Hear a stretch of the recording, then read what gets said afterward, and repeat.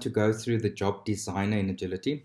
What the job designer's main purpose is to give the user the ability to author their own job workflows, to guide them through any process that they would use in the system. Now, jobs can be kicked off under locations, under customer accounts, under the ticket center, and you can also use these jobs to automatically start based on certain rules, especially under leads and the ticket center.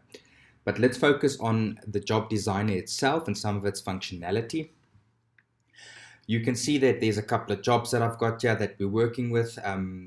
I'll quickly go through one job that's called new customer and all of these steps that you see here.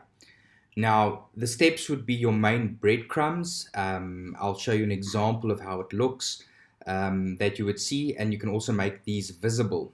So you can either make these visible just internally to your own organization, or you can make it visible to collaborators. This would be your collaborators on the network side or supplier side that also uses Agility GIS, or your resellers, your channel partners. They can then view those steps on the channel partner portal.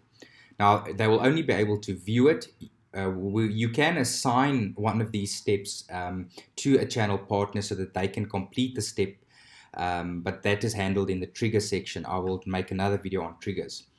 Right, so you can see you make it visible to collaborators or visible to consumers or customers. So when there's an end customer portal, they can then also see where you are in the process. We've got in the main step, we've got SLA duration, so we can have an SLA. If we do have an SLA, let's make it 1 day. We can auto-complete on expiry. So if this SLA has expired, we can auto-complete the step. This is typically used to notify someone of if you're going to use it just for SLA and move on to the second SLA that maybe will expire or not. We can also send a warning prior to expiry. So we can send a warning to a user or group prior to the expiry, and then we can send it, as you say, user or group. We can also, on each step, once the step is activated, we can set the lead status to a certain status. We can also set the lead custom status. So we can have custom statuses in your organization settings, and we can also send complete notifications. So every time a step is completed, someone can be notified of that step. Right. So you can see these are the main steps that we've created. You can also just move them around if you want to reorder them. And then we can also deactivate them. You see this step is available. So once it's available from the start, you'll be able to see it. But if you make it not available, the step is there, it's just not activated. We can activate or deactivate any step or step item in our trigger section, and I'll cover that in the triggers video. Okay, now we can see the items. So I'm going to go through a couple of items. The items are the actual work being done in the step or the guide that you want to use. So if we look at a couple of the item triggers, or not triggers, the input methods. Let's look at the first one here is a customer communication. So I'm not going to go through each of the items itself. I'll use the one item and then we can go through all of them. So you can see the item type is called customer communication. We've got different item types. We've got input types, content types, action types, sub-job types, and customer communication. So the customer communication is a CAN message that will be sent out once that item has been activated. So you can see the CAN message. You've got a drop down of all your CAN messages that you've created. You can see that in the communications video. So we can mark this as required. So the step or the flow cannot proceed unless the step has been completed. Same again with the available or not. With triggers, we can make them available or activate or deactivate these steps.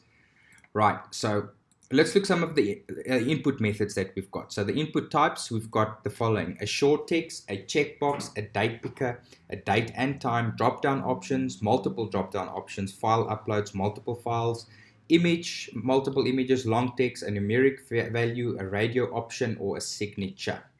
Those are the different input methods that we have. Right, so we've got the input prompt. This one is a file upload, and the prompt will say, please upload a file. Right, so let's quickly move on to content.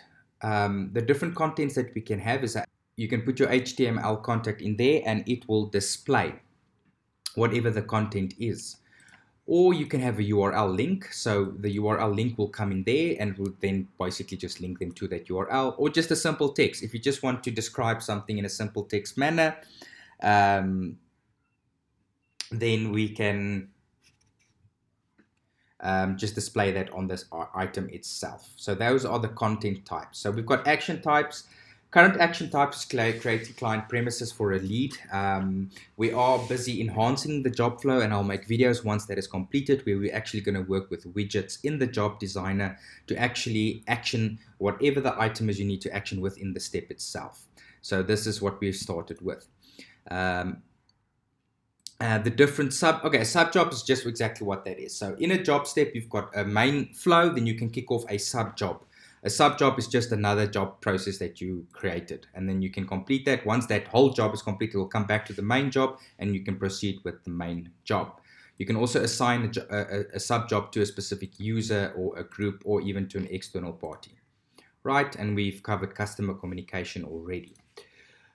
So there you have the job design in a high-level view of all the different items that you can create, steps and items that you've got in there. So if you just want to quickly see how they look once they have actually been started, I'll quickly open up one of the jobs.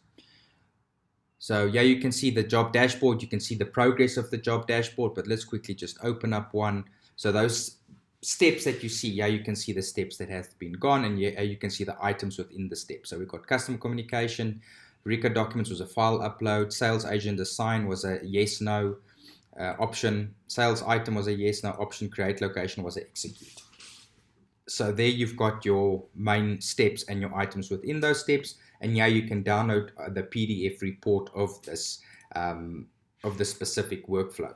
So I'll just quickly download one, and then I can show you an example of the same. Okay, save that job. So this is just a view. This is a very small one, but yeah, you can have everything that you've created in your job flow. Thank you for watching.